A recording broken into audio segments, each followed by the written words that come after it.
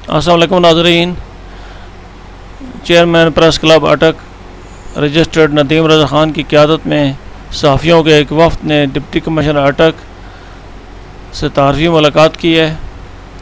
اس موقع پر صحافیوں نے تفصیل سے اپنے اپنے مسائل جو ہیں وہ بتائیں ڈپٹی کمشنر اٹک کو۔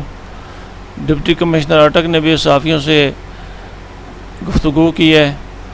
انہوں نے اپنی گفتگو میں کیا کہا اور صحافیوں نے اپنے اپنے مسائل کیا پیش کیے ہیں جی، انہی کی زبانی آپ کو سناتے ہیں جی۔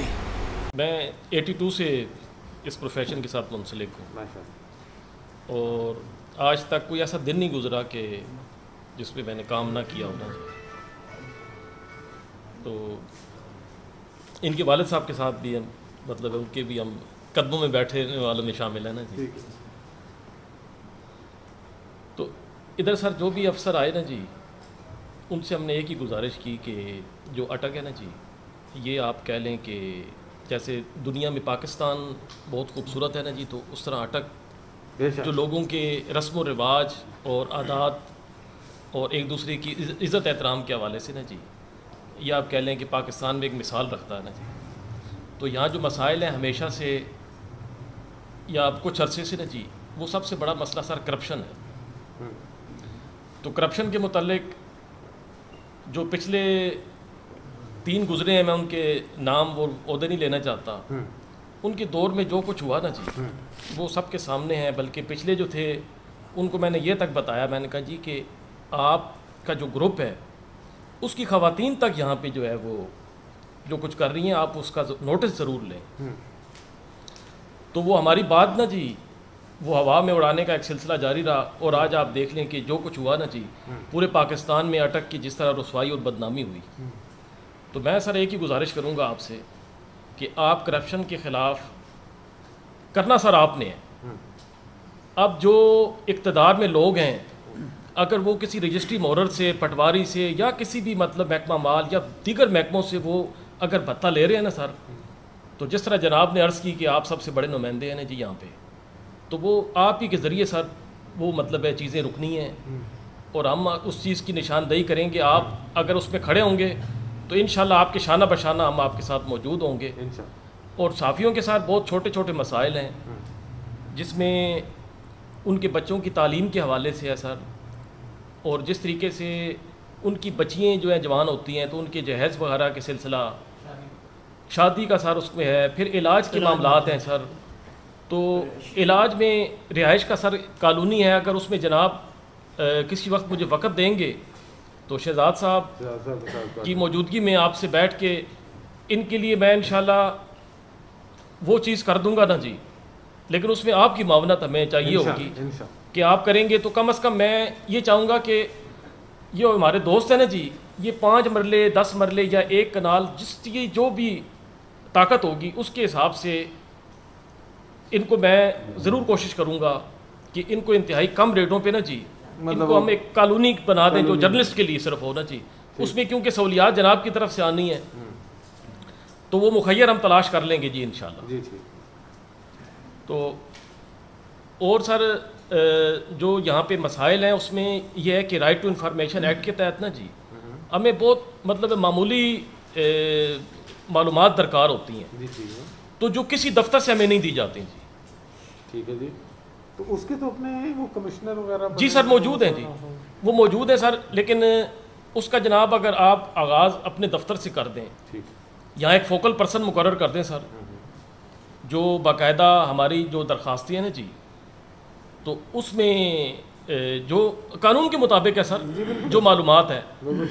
اور سر آپ سے ایک بہت مطلب ہے مؤدبانہ گزارش ہے کہ جو یہ لفظ لکھا ہوتا ہے نا جی کہ افسر مجاز کوئی بھی ٹینڈر یا کوئی چیز مسترد کر دے گا اور مطلب ہے کوئی اعتراض نہیں کر سکتا، ان چیزوں کا سر ضرور تدارک کیجیے گا جی۔ تو باقی سر ہمارے کلب کے معاملات ہیں، شاید اس سے پہلے بھی ذکر اس کا ہوا ہو، تو اس میں سپریم کورٹ کے آرڈر کے تحت نا جی یہ ہم 2 فریق تھے، محترم شہزاد انجم بٹ صاحب اور میں نا جی، تو وہ کیونکہ اس وقت معاملات ایسے تھے کہ بہت یہاں پہ ایک لا اینڈ آرڈر کی صورتحال بن گئی تھی، تو وہ سپریم کورٹ نے پھر اس پہ ایکشن لیا تھا۔ تو اے سی جو تھے یہاں پہ افتخار صاحب آج کل ڈی سی نوشیرہ یا اس طرح وہ کہیں ہیں صوبہ سرحد میں ہی ہیں وہ بھی. افتخار عالم صاحب. جی افتخار عالم صاحب تو بالکل میں جانتا ہوں. جی سر. تو ان کی سارا نگرانی میں پھر اس کو سیل کیا گیا تھا. پھر یہ اب ان کے جی آر یا اس کے ہینڈ اوور ہے ہماری بلڈنگ نا جی. تو اس میں سر آپ ایسا ایک کرائٹیریا مقرر کر دیں کہ جس میں فعال صحافی جو ہے نا جی وہ ان کی ایک کیٹیگری بنا لی جائے اور بلڈنگ سارا ان کے حوالے کر دی جائے. تو اس چیز میں ضرور اس کا وہ کیا جائے کہ جو غنڈہ گردی ہے یا وہ چیزیں ہیں نا جی اس کے تدارک کے لیے پھر ضلع انتظامیہ جو ہے نا جی وہ جو قانون کے مطابق کارروائی ہے وہ ضرور کرے جی. باقی ہمارے فتح جنگ پریس کلب سے حاجی عدیل افضل صاحب ہیں اور حسن ابدال پریس کلب سے شہزاد سید صاحب ہیں. سب دو لفظ ان کی. بسم اللہ الرحمن الرحیم. بہت شکریہ جی, آپ کو خوش آمدید. اور ہماری تو ایک روٹین بن گیا کہ ہم ہر آنے والے ڈپٹی کمشنر صاحبان کو دل سے خوش آمدید ہی کہتے ہیں. لیکن ماضی کا تجربہ جیسے انہوں نے ذکر کیا 3 صاحبان کا بڑا تلخ رہا. وہ آئے بھی تو بڑے روب دبدبے سے اور گئے تو بریف کیس بھر کے جاتے ہوئے انہوں نے کسی سے فیئرویل پارٹی بھی نہیں لی اور نہ کسی کو خدا حافظ کہا. یہ بڑا ایک المیہ ہے میں سمجھتا ہوں ہمارے ڈسٹرکٹ اٹک کے لیے. ایک صاحب تو رات کو بھاگ گئے, کہنا مناسب بھی نہیں, لیکن آپ کے گوش گزار کرنا چاہیے کیونکہ اتنی بڑی پوسٹ اللہ تعالیٰ نے اس ملک میں ڈپٹی کمشنر ایک بڑی باعزت اور باوقار پوسٹ ہوتی ہے اور وہ کلاس ایک بڑی کلاس کے لوگ ہوتے ہیں, بڑی تعلیم کے بعد جس شعبے میں آتے ہیں. میں سمجھتا ہوں کہ ڈپٹی کمشنر سے یہ توقع نہیں ہوتی کہ وہ جاتی دفعہ اپنے نجی سٹاف سے بھی مل کے نہ جائے. یہاں چھوٹے چھوٹے افسر جاتے ہیں. یہاں ایک ڈی پی او صاحب آئے تھے, انہوں نے تو دلہن کی طرح یہاں جلوس نکلوا کے وہ گئے جہاں سے. تو میری آپ سے ایک افسوسناک بات ہے, میری گزارش یہ ہے کہ آپ نے اپنا کام کرنا ہے, ہم نے اپنا کام کرنا ہے. ہمیں صرف کوارڈینیشن کی ضرورت ہے. آپ کے کام کا طریقہ کار اور ہے, ہمارے کام کا طریقہ کار اور ہے. میڈیا کا بنیادی پرنسپل ہی یہ ہے کہ ہم ایک برج کا کام کرتے ہیں اسٹیٹ اور عوام کے درمیان ایک سافٹ امیج ڈیولپ کرنے کے لیے. بدقسمتی سے یہ ہے کہ ہمارے ہاں بھی کچھ خامیاں ہیں, لیکن ایڈمنسٹریشن جب آ کے کھیل کھیلتی ہے تو اس سے ہمیں بڑا صدمہ ہوتا ہے. اس میں لائک ڈس لائک کی پوزیشن یہ ہے کہ آپ کے پیش رو افسران نے پولیٹیکل پارٹی کے جو 3rd کلاس لیول کے جو کارکن تھے ان کے ہاتھوں ڈی سی صاحب آپ نے پاس کھڑے ہو کے ان سے پولیو کے قطرے پلواتے تھے. ایڈمنسٹریشن باعث ہو گئی, پولیٹیشین کے ہاتھوں کھیلتی رہی, میڈیا آٹومیٹک باعث ہو گیا اور جن چیزوں کی ہم نشاندہی کرتے تھے وہ ہنستے آگے سے. وہ کہتے تھے نہیں. پٹواری لامحلہ آپ کے علم میں ہے کہ یہاں حسن ابدال بالخصوص اور اٹک وہ خواتین جو کام کرنے کے بالکل اہل نہیں ہیں ان کو یہاں بڑی خوشی کے ساتھ اسسٹنٹ کمشنر لگایا جاتا ہے. اور وہ آ کے پھر انہوں نے ڈپٹی کمشنر کے ساتھ پھڈا کر کے رجسٹریوں کا آرڈر اپنا کروایا کہ میں رجسٹری کروں گی. ہم وہ بھی کھیل دیکھتے رہے یہاں پر, لیکن ہم نے کھوکھر صاحب سامنے موجود ہیں کوشش کی کہ پازیٹیو چیزوں کو ہائی لائٹ کریں, لیکن انتظامیہ نے ہماری اس بات کو کمزوری سمجھا کہ شاید یہ لوگ صرف ہماری واہ واہ کرتے ہیں. لیکن آج وہ بدقسمتی میں یہ کہتا ہوں کہ اٹک سے نہیں, وہ رنگ روڈ سکینڈل جو ہے وہ اسلام آباد اور لاہور سے نکلا. پھر اس ساری کرپشن کے باوجود یہاں کے میڈیا نے پھر بھی تعاون کیا, لیکن یہ سارے سکینڈل ادھر سے آئے اور پھر بامر مجبوری ہمیں یہاں سے کچھ حصہ ڈالنا پڑا. میری آپ سے یہی گزارش ہے کہ میڈیا کے ساتھ کوارڈینیشن, میرے دوستوں کے بھائیوں کے جیسے انہوں نے کہا چھوٹے چھوٹے ایشوز ہوتے ہیں. سب سے زیادہ بڑا مسئلہ میڈیا کا یہ ہوتا ہے کہ آپ نے بلایا, چائے پلائی, کا شہزاد صاحب کیسے ہیں, خیریت سے ہیں, گزرتے ہوئے ہاتھ لا دیا, میڈیا اسی میں خوش ہو جاتے ہیں. کوئی کرمنل ہو ہم بالکل آپ کے ساتھ ہیں. ایسا میڈیا پرسن جو بظاہر میڈیا کو استعمال کرتا ہے اور بہائنڈ دا سین وہ کرمنل ہے, مورلی بھی اور اس کے کچھ اور بھی کاروبار ہیں, آپ بھی ایکشن لیں, ہم بھی آپ کے ساتھ ہوں گے. لیکن جہاں نیشنل انٹرسٹ کی آپ نے بات کی ہے, جہاں آپ نے کہا کہ ڈسٹرکٹ کی ویلفیئر کی بات ہے, آپ جیسے خان صاحب نے کہا یہ ہمارے لیڈر بھی ہیں, بھائی بھی ہیں, بڑے ثابت قدم جرنلسٹ ہیں, آپ قدم اٹھائیں کرپشن کے خلاف. وہ پٹواری جو عرصہ دراز سے ایک جگہ پہ بیٹھے ہوئے کرپشن کرتے ہیں اور پھر وہ کہتے ہیں ہم تو ڈی سی کو حصہ دیتے ہیں,